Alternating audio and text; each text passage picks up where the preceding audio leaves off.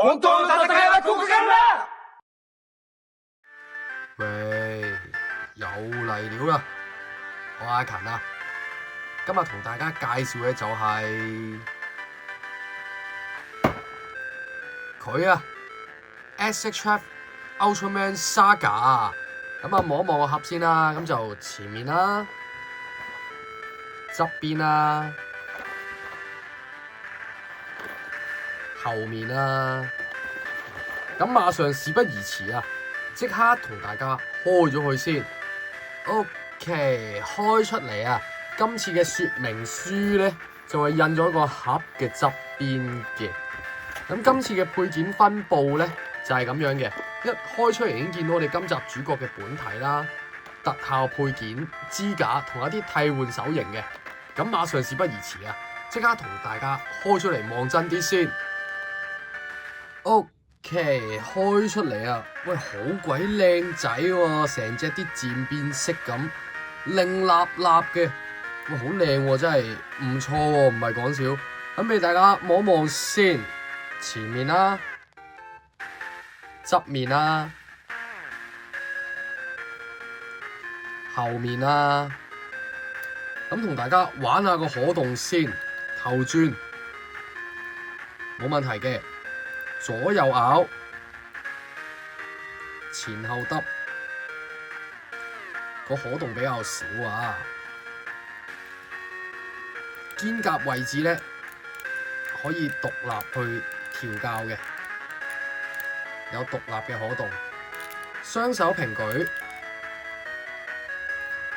老鼠仔轉得嘅，呢一 part 接到咁多嘅。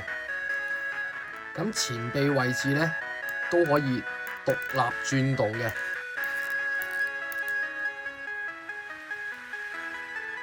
咁雙手轉啊、調校角度呢啲咧冇問題嘅，亦都做翻個拉出式關節嘅。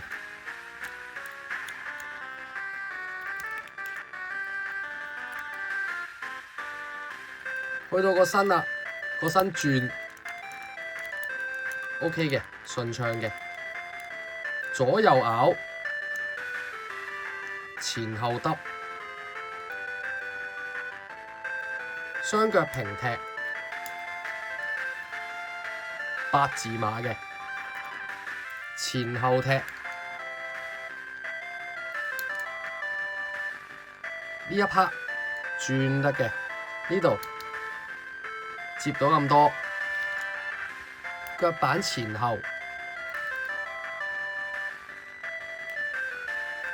左右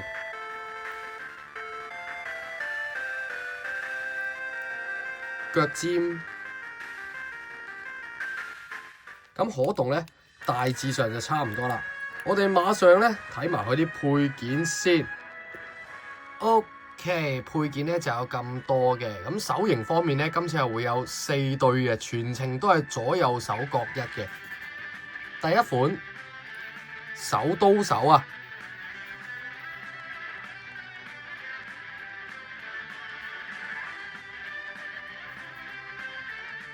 第二款拳頭手，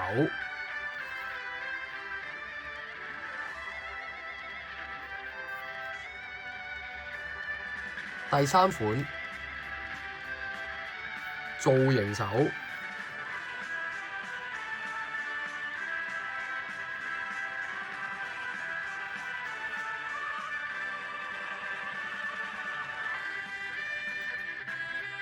第四款。都係造型手啊，放鬆狀態嘅。之後咧，特效配件咧，今次係會有2個嘅。咁首先咧就係有呢一個嘅特效配件啊，咁都夠透嘅。咁啊做翻少少漸變色，咁啊替換咧非常之咁簡單。咁但係咧要好小心啊。咁首先咧要將呢一個配件我哋成個拆咗佢先。嗱，好細粒㗎，咁記得小心啲啊！跌咗喺地下咧，就好易喺世界上消失㗎。之後直接將呢一個配件裝上去，嗱咁樣就完成咗裝上去個效果㗎啦。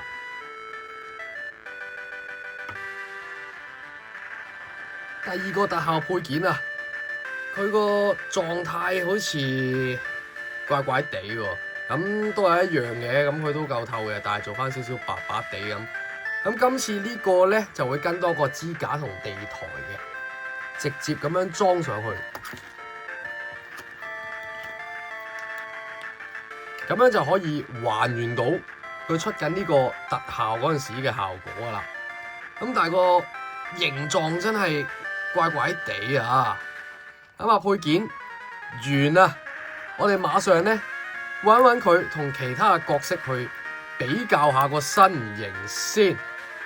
OK， 時間關係啊，經已揾咗佢哋排企啊，擺咗喺今集主角嘅側邊去俾大家比較下個身高嘅。咁身高咧都係差唔多嘅，咁都係我哋今集主角嘅 Ultraman Saga 係比較高少少啊，因為個皇冠啊再高多少少啊。咁我身形都 OK 嘅，拍埋落去可以嘅。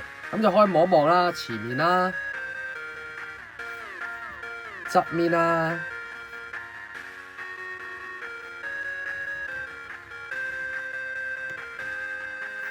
後面啦，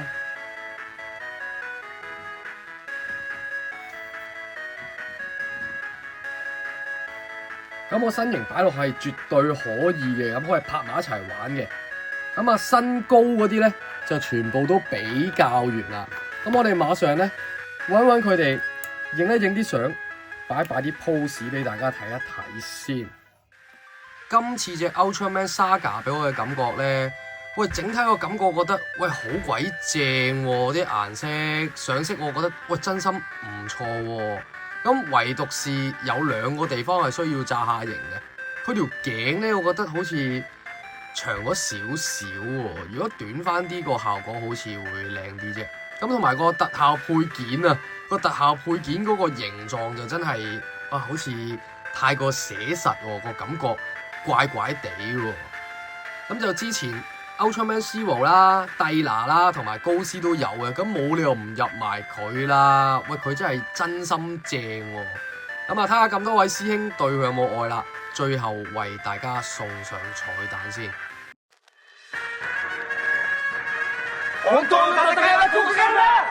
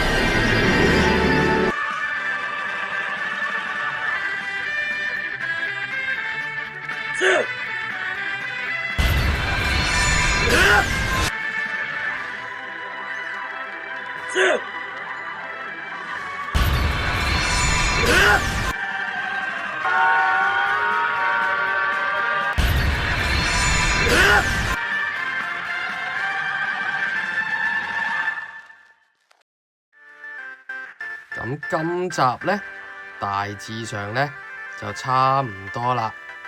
麻煩咁多位呢，如果係鍾意小弟拍嘅片呢，希望可以幫我撳返個 like 啦、訂閱啦、分享啦，同埋撳埋底下嘅鐘仔啦，麻煩晒啦。